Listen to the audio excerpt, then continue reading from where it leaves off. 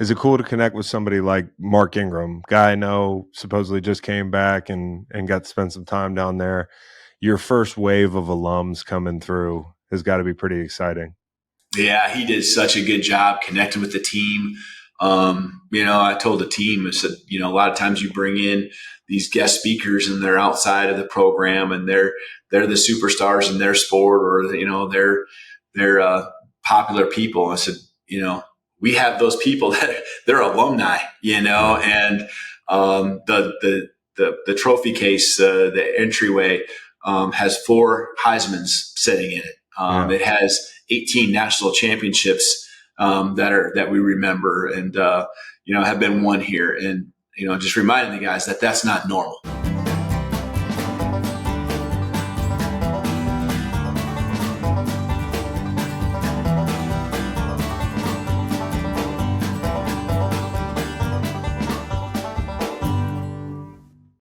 We're just continuing the tradition of loving Bama here. We had Nate Oates, and now we've got Kalen DeBoer joining the show. We got all the big-time coaches at Bama. Coach, congratulations on the new gig and the beautiful office. How's it going down there? We're doing great. I'm glad you got Nate on, too. He's got some great things going with the basketball team, obviously. So, yeah, but it's great to be on with you guys. Thanks for having me. Oh, thank you for coming on. Coach, what's the first thing you do when you get the job? Like, is it reach out to the existing players? Is it scramble to pick up where the recruiting's left off? Like, what happens when you get upended and in a good way and end up somewhere new? Yeah, I think in this case, I think they're all a little bit different. The timing of getting head jobs sometimes is, early December, in some cases. In this case, middle of January, much different deal, and the portal wasn't open for anyone else, but it was for us when a transition happens, and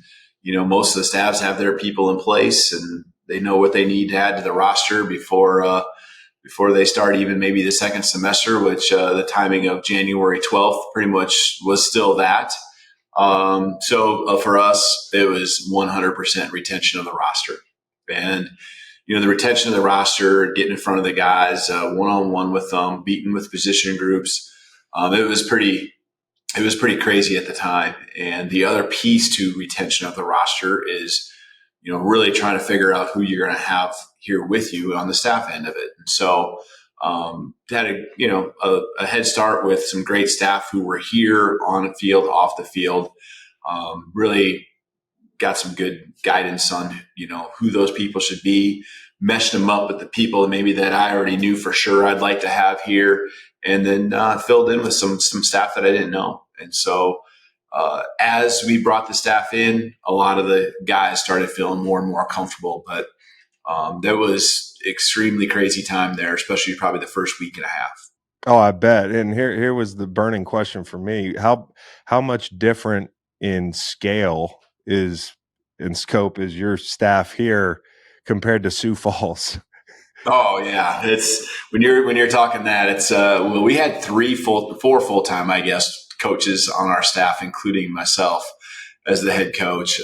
Here, that's one side of the ball, and then there's even a lot more than that, so the management and all that organization, it's a whole different world.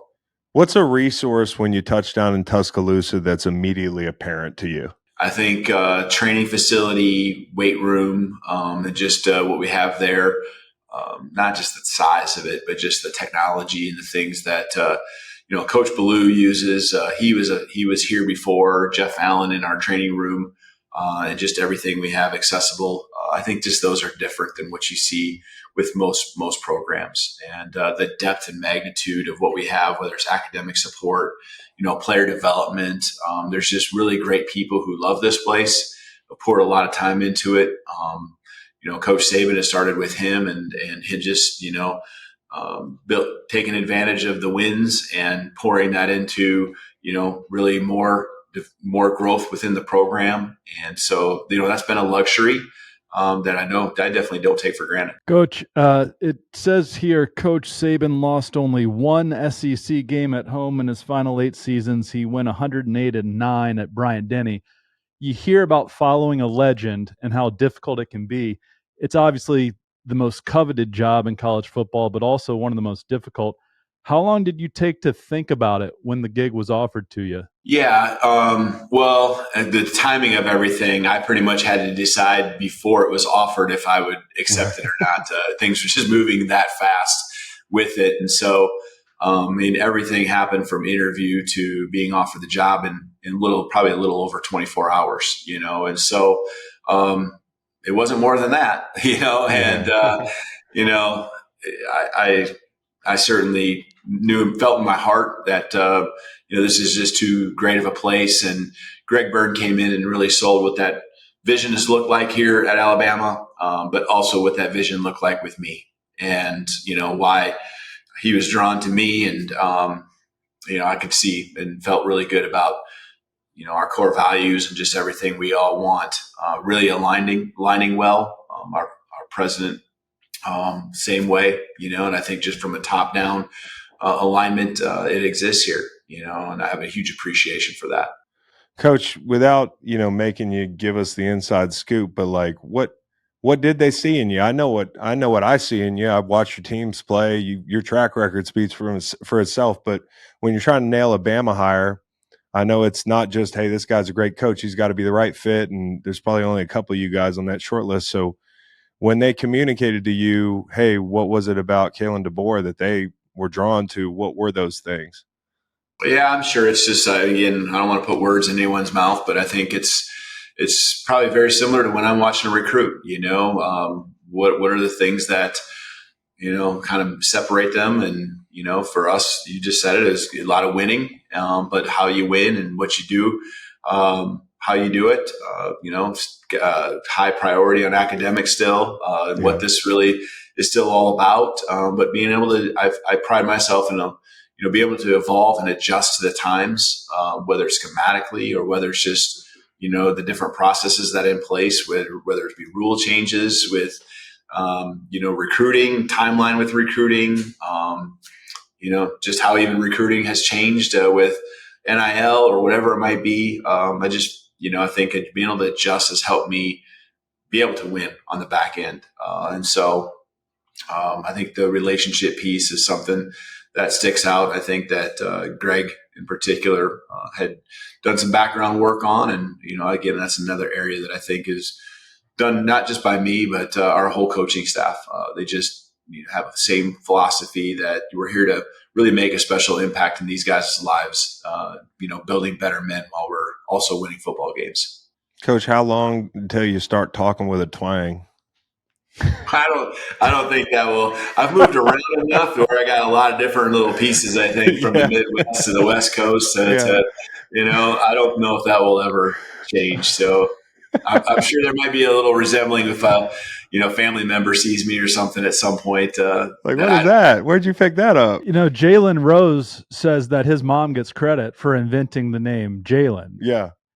Are you the first of the Kalens? Because now half of all little leaguers are named Kalen That's at true. this There's point. a lot of young Kalens. Is there really? I don't know. I guess I love. Are you talking about Little League baseball? Yeah. Oh yeah. Yeah. Man, I missed it. I used to love watching it, and I haven't had a chance to see too much of it. So I'm hearing you hit 520 in college. 520. Yeah. I love baseball. That's crazy. That's crazy. I mean, that's insane. What position were you, Coach? Primarily outfield. I love baseball. Baseball is a great sport. So I'm going to give a shout out while we're on it. I think the Little League team from Sioux Falls is actually in the Little League World Series. So no way. Keep an eye out for them. We got to check their birth certificates. I know, how y'all can get down. Hey, this kid might have a good birthday. We played a couple kids like that. Coach, how hard was it to leave Washington and tell those guys you were leaving? Because I know you seem like the type of guy that you're not just saying, oh, that really hurt me to have to leave these guys. Like, you have a connection with your players, and I know that had to be hard. It's without a doubt and the easiest thing for me to answer. It's the hardest thing I've had to do when it comes to coaching, when it comes to, just the decisions and things you got to, share with people, and especially with what we had just went through, for 2 years, building it from what it was before we got there, where it was 4-8, and in 2 years going to 25-3 that we did. And just again, it wasn't about the wins; it was about the relationships there. So extremely hard. I remember, and it was hard at Sioux Falls because I had been there for 15 years, 5 as a player, student athlete, and 10 as a coach. But I think that just, this was another level of, just how it had all come together in a perfect way, which made it harder than ever, harder than any other time. Yeah, you probably think job like Bama, hey, it'll be 10 years and I'll have to make that decision if I'm lucky. But then all of a sudden you guys are in the playoffs and just did a great job with that group. One guy I wanted to talk about was Michael Penix Jr.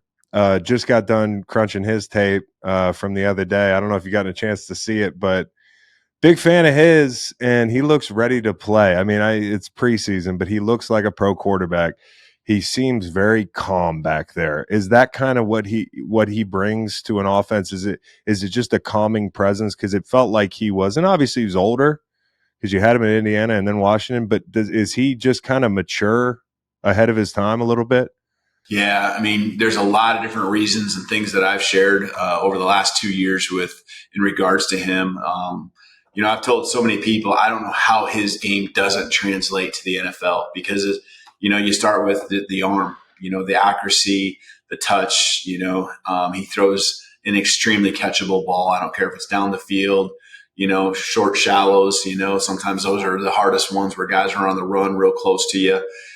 He envisions and anticipates before it happens, and then just he's been through, again, 6 years of college, and he's been through about everything you could imagine, whether it be injuries, wins, losses.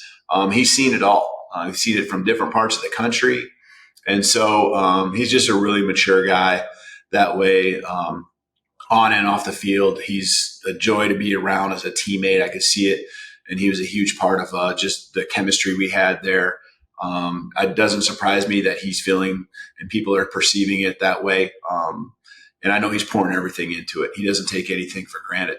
Every single day he's working to improve. And I know that's going to continue to be the case until he plays his last snaps ever. So I'm fired up for him. I haven't had a chance to really see too much.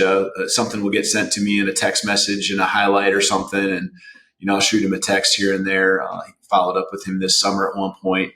But I'm fired up about what, not just this year, but what his career looks like. And he's earned it all. He's done it.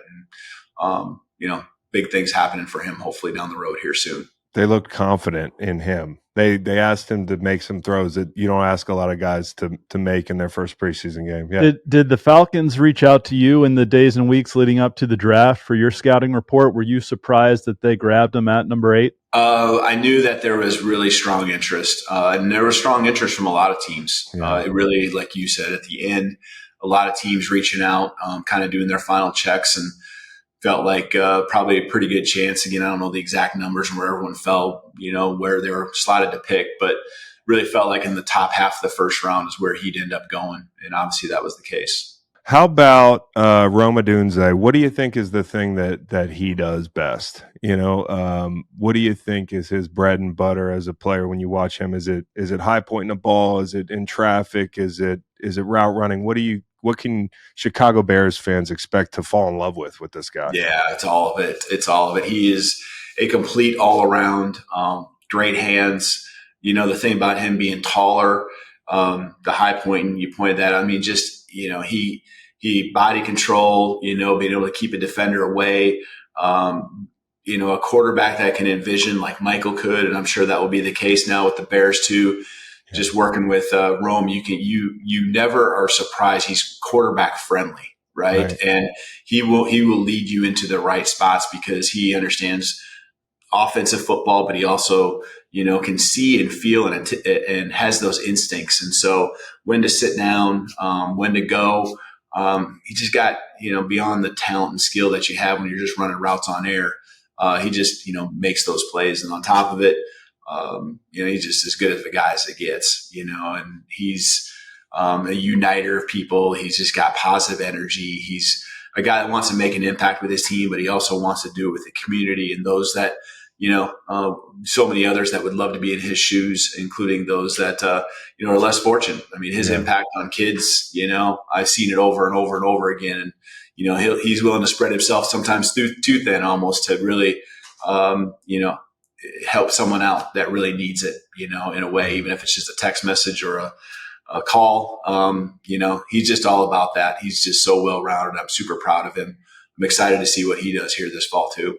Well, it's evident there were some real leaders on that Washington team. I mean, the way that you guys played down the stretch and conducted yourselves. And I look at this Bama team, and there's always great players, but I wonder when you walk on campus and you get to talk to these guys, who are the guys that jumped off as your possible kind of like bell cows, guys that you can depend on to be tone setters and leaders? Yeah, I mean, I took 3 guys with me to media days, and I would really start with those 3. Jalen Milroe, just the experience, being the quarterback, things that he took the team through, the ups and downs, then but also being steady when all of this transition happened. And, he just, one of the first people I met when I walked into the team room, and got a chance to meet the team. So Tyler Booker, offensive lineman who just believes in this place, wants it to be great, wants it to be special. He's a special player himself, and just there's an attitude that we're creating, I think, and it's guys like him, that really, have that balance of toughness, but also just, hey, team first, and grit versus what it really takes, because he's been through it. Malachi Moore went with me to media days, and from a defensive side, he's been just Mr. Consistent. Both with his personality, his work ethic, but also his play on the field. And so a lot of snaps here. He also believes in this place. And, there's a lot of other guys that have poured so much, and we could talk a long time about, how important they've all been. But those are 3 guys I look to, and, there's a reason why they were with me at media days. Is it cool to connect with somebody like Mark Ingram, guy I know supposedly just came back and got to spend some time down there? Your first wave of alums coming through has got to be pretty exciting. Yeah, he did such a good job connecting with the team. I told the team, I said, a lot of times you bring in these guest speakers and they're outside of the program and they're the superstars in their sport, or, they're popular people. I said, we have those people that they're alumni, and the trophy case, the entryway, has 4 Heismans sitting in it. It has 18 national championships that we remember and have been won here. And just reminding the guys that that's not normal. You don't walk from the cafeteria to the team meeting room and usually walk by all those trophies at that level with all the rings. And so Mark coming in and just also pointing out what it took to get there and helping our guys just realize that. Those things that just happen because you are here because you come to Alabama, you have to make them happen. Yeah. His message was amazing. He connected with our guys. It was a perfect and appropriate time. I really appreciate, him coming on to campus, and fun for me to get a chance to spend some time with him. You gotta look out for my guy Barrett Jones if he comes back. He's a real jerk. You don't want to let Barrett in the building. And Dante Hightower, one of the best leaders I've ever played with. If he ever comes back, that's your dude. Dante Hightower, one of the best players and leaders I play with. I want to talk about recruiting, okay? Things have changed, right? And they've not only changed in the landscape at large, but like you're going from one conference to another. And the way people talk about the SEC, it's like it's different football. Well, I think football is football, but maybe just means more. It just means more football, bigger football players, the whole thing. Does it change the body types you recruit? Do you have to change something about, your analysis of players because the conference is different, or do you kind of subscribe to the belief that, hey, football is football? Well, I think both those things are real. Football is football. It didn't matter when it was small college and the X's and O's. It just happens faster. You know, it just happens with, more depth on your team. I think when it comes to recruiting specifically, here and you're referring to the SEC and, you understand you got to be physical. You got to have that depth because, injuries are going to happen, but the competitiveness that happens in practice needs to be there too. So, like it's been said many times in this program, the toughest competition is what you see each and every day on Tuesday, Wednesday, Thursday, leading up to Saturday. And so, that right there tells you how important the recruiting piece is. And fortunately, got a great staff that has some connections regionally. Had some ties through their recruiting efforts. Really got us off to a fast start. A lot of work's been done. You do start from behind. There's no question about it. When you get here, it's the middle of January, and now all of a sudden, really the beginning of February. By the time you get kind of most of your staff in place, you're hitting the ground running, but you are behind. And the relationships take time. And as much as it's still Alabama, and how that can get one foot in the door, really trying to, you get that commitment and get those guys to truly believe in this place, as well as their coaches and the people, that are there to, give them, the players, the advice. You got to build those relationships, and there's an extensive amount of time that's got to be put in to really connect that way. And our staff's done an amazing job catching up. My son's name is Waylon. He's 8 years old. He'll be 9 in March, Coach. You wouldn't believe this ankle flexion. His ankle flexion is off the charts, Coach. Hey, he'll do scout team, whatever. I'll tell you a true story. Me and a couple buddies from home here, we always wanted to go to an SEC game. And last year we said, hey, we're going down to Tuscaloosa to see what it's about. Sit in the stands, be regular Tide fans. And I'll tell you what it amounted to. It amounted to me buying a big Alabama flag and putting it on the podcast wall. So I'll just tell you this, Coach. If it's not Virginia, then I'm sending my son, if he's good enough, down to Bama. So I just need to know, what kind of player do you like recruiting so I can drill that into his head? Tough, right? Tough mentally, physically. Want to be a team first guy, so I know those that's a pretty good start right there. But there we go. Depends on what position. So just, all right. Relentless and play with great passion. All that good stuff. I'm sure he's developing that already. His mom's crazy. She's a former lacrosse player, so that's what it is. I have a little bit of that too. Yeah. Coach, your fan base is watching and listening. Say something mean about Auburn before you leave us. You feel like you kind of got to do that, but no, we're focused on us. I got to say that, and that's a long ways down the road. I know we'll get here sooner than later, but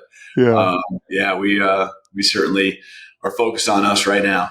I'll say it, Coach. Their logo's dumb. That script A is gorgeous, and that logo is dumb. I hear there's not a lot in Auburn. He doesn't have to agree or disagree, but I'm just going to say that. Go roll damn Tide. All right, Coach, you have a GM now. This is something I'm really interested in. When I played college football, we had no need for a GM, but it makes perfect sense that you have one, and you brought this guy from Washington, if I understand correctly. When did it become apparent that things are changing so much that you have to adapt and bring in somebody like a general manager? Yeah, for us, it's just, and it's going to even become more important with maybe some of the ways that the recruiting and the roster is going to transition. Yeah. A lot of studies right now trying to project what it could be and how we can be ahead of the game. But I've really felt like Courtney Morgan, our GM, has this big vision. He has the vision beyond just, beyond being a guy that can do great with rebuilding relationships and loves identifying and really diving into film and, finding those diamonds in the rough, maybe that haven't, are still coming up. He has all those skills and he just is passionate about it. But I think he's also got this just big vision on how we can connect. I'm not getting any younger. We're all getting older, right? But he's got an understanding of what, even the culture is that, a lot of the 16, 17, 18-year-olds right now enjoy being around. And whether it's, setting up the graphics and the videos, and they come on official visits and unofficial visits and what they like to see. And also just, again, the nuts and bolts of everything that recruiting kind of has always been about is helping us build the relationships. And he just, I pride myself in fostering an environment, for our team and for our staff that just, is positive. He does an amazing job doing that with his staff, which then filters on into the, just the readiness our entire staff has because of the direction he provides us. Need to get you on TikTok, coach. That's all I'll say. I mean, that'd be if Cordy can get him on TikTok and the whole thing. This is my last question, coach. It's a two-parter. Do you have a favorite NFL team? And watching the game when you do get a chance, which I'm sure is not a lot of time to do that, do you look at our league and say, hey, we can take something from what that team's doing? Do you look at some of the changes like kickoff return and say, hey, that could be coming a couple years down the road? Yeah, just flipping through the channels, I don't know when that was, yesterday, and saw a highlight and some, the breakdown of that rule and what it looked like, and it just blew me away. Oh, Just trying to make sense of it and how someday that will probably be something we are doing. Yeah. Knowing that one way or another, the game influences from the NFL on down, or sometimes even from the bottom on up. So it goes both ways. But yeah. I think that there's a lot to what we do, and you're always trying to get better. All right, so he took the easy way out on the favorite NFL team. Yeah. My bad. If I had to choose, I'd still go back to my younger days when I was a kid. It was the Vikings. Growing up in South Dakota, that's what you had to. I certainly would still probably pay a little more attention, just because it goes back to the younger days when you're in grade school and maybe even high school, and couldn't wait for Sunday afternoons. Yeah, well, they got a great coach up there, just like they have down at Alabama. Hey, Kalen DeBoer's Alabama teams have never been outside the top 5. They have never been outside the top 5, and we're going to keep it that way. Roll damn Tide. Coach, appreciate you coming on, and best of luck down there in Tuscaloosa. Hopefully we'll see you at a game. Yeah, I appreciate you guys. Thanks for having me on. Roll Tide. Roll Tide.